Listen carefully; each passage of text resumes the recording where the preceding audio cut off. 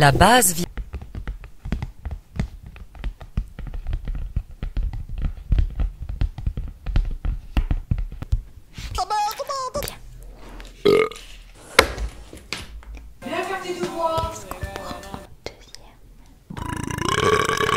On appelle le Hendek. La base VPS a été mise à jour. Appelez les Hendek s'il vous plaît. C'est honteux. Allez,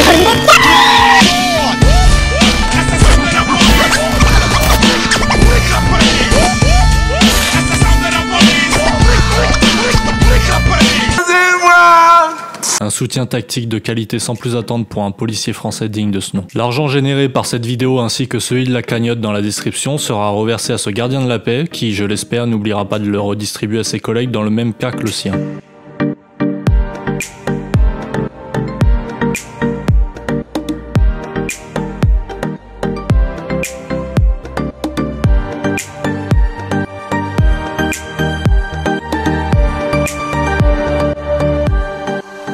Ce gentil monsieur, après avoir vu ses collègues faire plein de saloperies sur les civils ou avoir vu Castaner saloper les conditions de travail de la police, s'est dit qu'il ne devait pas laisser passer ça. En effet, ça peut paraître évident qu'un flic dénonce les comportements à risque de ses collègues et de sa hiérarchie, mais finalement, combien le font? Trop peu à mon avis comparé au nombre de bavures. Et ça, comme tu t'en doutes, ça vient d'un endoctrinement et d'une soumission digne d'une école pour canider dès le dépôt de la candidature. À mon avis, une fois intégré dans ton job depuis quelques années et après avoir vu tes collègues matraquer la gueule d'une jeune femme de 25 ans ou sodomiser l'œil d'un papy au flashball, il y a le choix suivant qui s'offre à toi. Soit tu n'acceptes pas d'être complice d'un groupe qui ne représente pas tes valeurs et ton engagement professionnel, et donc tu te dresses face à ta hiérarchie quitte à être durement sanctionné. Soit tu baisses ton museau comme on t'a appris en te trouvant 36 excuses, tout comme après avoir sucé ton pote dans les vestiaires pour essayer parce que la journée avait été difficile. Castaner m'a sanctionné d'une exclusion temporaire de fonction de 12 mois, 3 juillet au soir. C'est-à-dire que depuis le 4 juillet, je suis exclu de la police pour entre 6 mois et 1 an. La motivation de cette sanction est que j'ai dénoncé au nom de mon syndicat la pression hiérarchique qui aboutit au suicide de nos collègues. La deuxième motivation était, nous avons fait remonter qu'il y avait un trucage des statistiques. La dernière chose, c'est la petite cerise sur le gâteau, c'est pour avoir dénoncé les agissements d'un médecin police dans l'est de la France. Il fallait pas le mettre sur la place publique. Malheureusement, si on ne le met pas sur la place publique et qu'on alerte les gens en interne, ils ne font rien. Un suicide tous les 4 jours, pardon, depuis le début de l'année. Donc là, on est en train de crever le plafond. Donc il y a un vrai malaise au sein de la police. La prise en charge qui a été proposée par monsieur Castaner, c'est une ligne SOS suicide 24 heures sur 24. Comme il a vu que ça marchait pas, il a dit je vais organiser des barbecues conviviaux. Ce sera 7 € par fonctionnaire pour l'année. Et par contre, bien sûr, ce sera sur votre temps personnel. Monsieur Morvan a pris ses fonctions en août 2017. 87 suicides. Il n'est toujours pas inquiété, la seule mesure qu'il a prise, c'est un barbecue. Ça, la perte de sens du métier, beaucoup de nos collègues ne se retrouvent plus dans les convictions qui les ont poussés à s'engager dans la police nationale. À Marseille, sur la falsification des chiffres de la délinquance, c'est un sport national dans la police, pour les directeurs, pour qu'ils puissent toucher leurs primes. À Marseille, on a eu la chance d'avoir des collègues qui ont bien voulu témoigner et donner les éléments, et des victimes qui ont bien voulu parler en disant, moi, j'ai pas été pris à la hauteur de ce que j'ai subi, en fait. Constater également que les chiffres de la police étaient truqués. Mais une fois de plus, eux aussi n'ont pas été jusqu'au bout du raisonnement pour savoir pourquoi derrière ils truquaient les chiffres. C'est-à-dire toucher de l'argent avec des primes qui peuvent atteindre plusieurs dizaines de milliers d'euros sur un travail non fait, en plus de plaire aux politiques qui peuvent annoncer des bons résultats sur quelque chose de complètement bidon.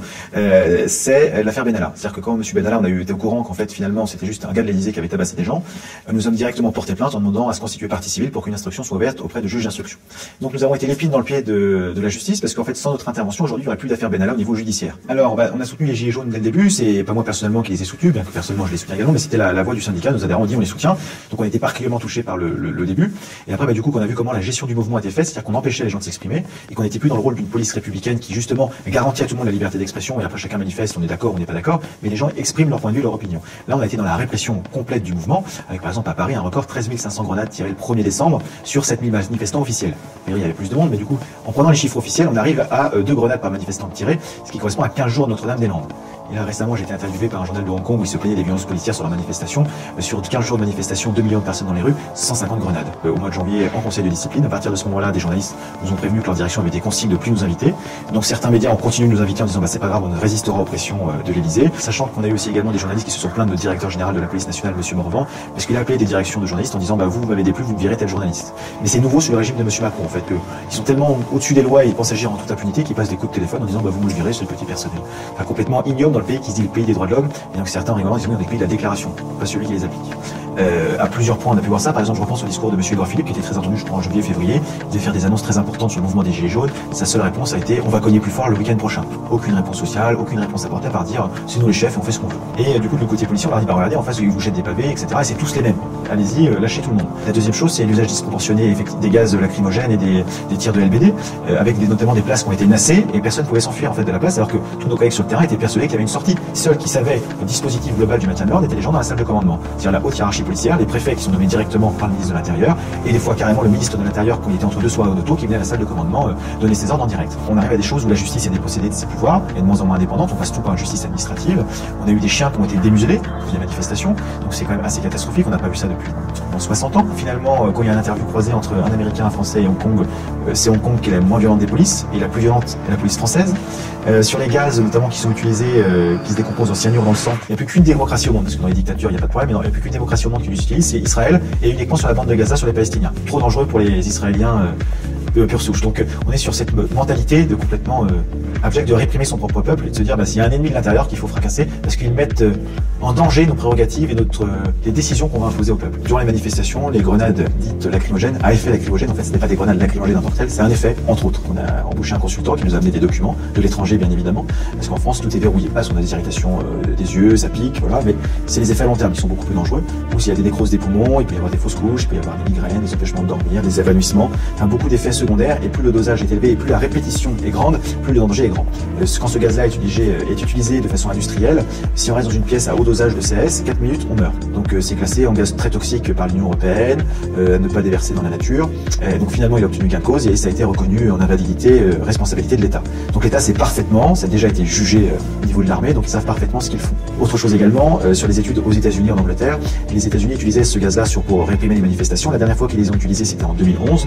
Depuis, ils ont arrêté de s'en servir car trop dangereux pour les manifestants en fait. Le fabricant de ces gaz CS aux États-Unis, qui était également le fabricant du gaz poivre, a fermé ses usines en disant, moi j'arrête de vous vendre ça parce que vous l'utilisez de façon complètement détournée. C'est fait pour certaines situations critiques pour que les forces de l'ordre puissent se dégager, c'est pas pour tirer sur les foules. La France a tout verrouillé pour qu'en France on ne fasse pas les analyses et poursuivre les gens qui voudraient avoir la composition sur l'organisme humain à l'intérieur. Et on arrive aux deuxième chose, c'est le problème de manquement au devoir de loyauté, ce qui veut dire que là on jure fidélité à des chefs.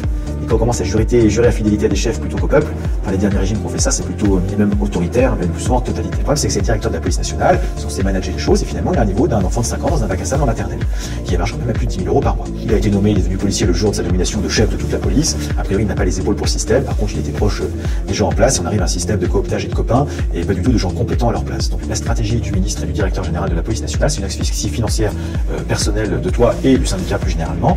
On va te noyer sous les procédures, on va te couper les vivres en te suspendant tes fonctions de façon complètement arbitraire, le temps que tu te retrouves dans tes droits, puis après quand tu vas recommencer, on va recommencer, la prochaine fois on te mettra 18 mois, 24 mois. Ma femme a mis en suspens sa carrière pendant 1 an et demi parce que mon fils qui va avoir 2 ans est né avec prématuré avec de graves difficultés, donc il devait avoir un de ses parents à la maison. Et sachant tout ça, et j'ai une autre fille qui a 6 ans, donc il savait pertinemment que la seule personne à l'heure actuelle, c'était mon salaire qui permettait de payer tous ses frais. Et quand un ministre de l'Intérieur est complètement bourré au auto avec plusieurs shots de vodka en présence d'une personne qui n'est pas sa femme, ça le regarde effectivement, mais il est ministre de l'Intérieur. Donc c'est, je veux dire, un double système mafieux que je subis, où il y a beaucoup de collègues qui ont une partie qui me dit bien fait pour sa gueule, c'est qu'un connard, de toute façon on l'aimait pas. Et il y en a d'autres qui ont commencé à parler au contraire et qui étaient brimés par cette minorité de bien-pensants de la police nationale. Et ce côté-là, en fait, quand j'ai pris la sanction, ça a été très difficile parce que même si on s'attend à avoir des gens qui ne respectent rien, qui sont prêts à tout détruire, ce qu'il y a de plus précieux dans la vie de quelqu'un, pour le mettre au bout du rouleau, et après il faut pas s'étonner que des collègues se suicident parce qu'ils ont été broyés, ils n'ont pas eu la chance d'être soutenus comme je peux être soutenu. Et ben du coup, j'ai eu mes collègues tout de suite dans mon service qui m'ont épaulé, qui m'ont dit on va pas te lâcher. Je leur dirais au bout d'un moment, la peur n'évite pas le danger. Au contraire, ils veulent nous enfermer. Donc il y a une grande majorité de policiers qui sont rentrés par conviction, qui veulent faire leur travail en conscience. Et je leur dis, au bout d'un moment, ne supportez plus cette minorité de carriéristes qui sont prêts à tout pour avoir une prime à la fin de l'année. Rebellez-vous, il faut s'organiser. Si on y va tout seul, on sera broyé. Par contre, la force, c'est le nombre. Bang, bang. You shot me down, bang, bang. I hit the ground, bang, bang. That awful sound, bang, bang. Oh, my baby shot me down.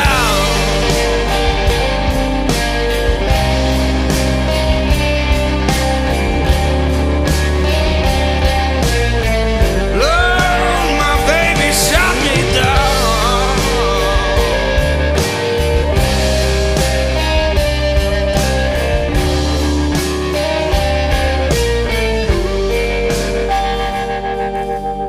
Les Les forces armées appartiennent au peuple, vous faites partie du peuple, vous êtes le dernier rempart pour pas qu'on attrape Manu et l'autre guignol par le slip et qu'on leur mette le bonnet d'âne. Le soir, en rentrant du taf, vous vous consolez comme vous pouvez avec vos arguments de soudoué. J'avoue Antoine et Nicolas ils ont abusé aujourd'hui. Le gosse maintenant il est dans le coma. Mais en même temps ceux d'en face ils avaient qu'à pas jeter des bouteilles d'eau. Songez un crédit pour ma Peugeot, je peux pas me permettre de ne pas aller au travail demain.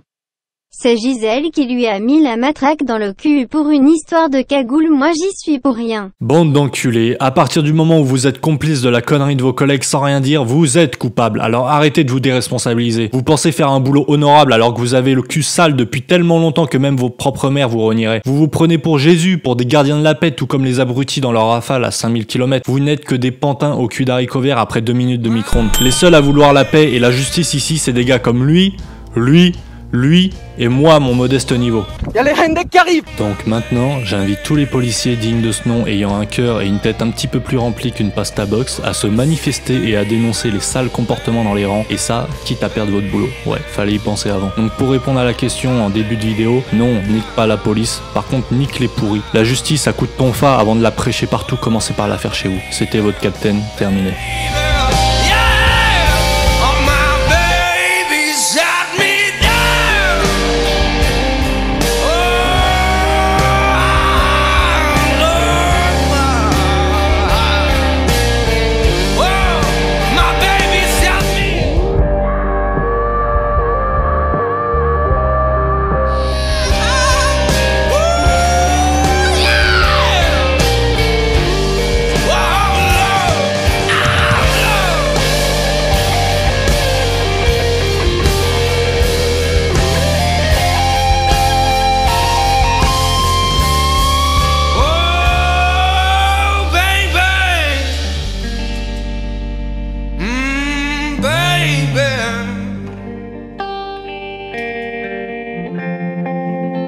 That awful sound, bang bang.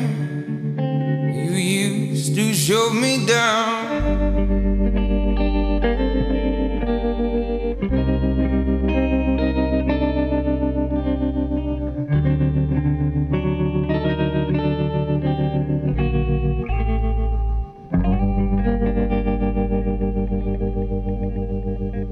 Moi, j'ai envie de continuer d'être gardien de la paix, parce que ce que j'ai signé, le métier que j'ai fait, je l'aime, parce que moi, je pense que je voulais être au service de l'intérêt général.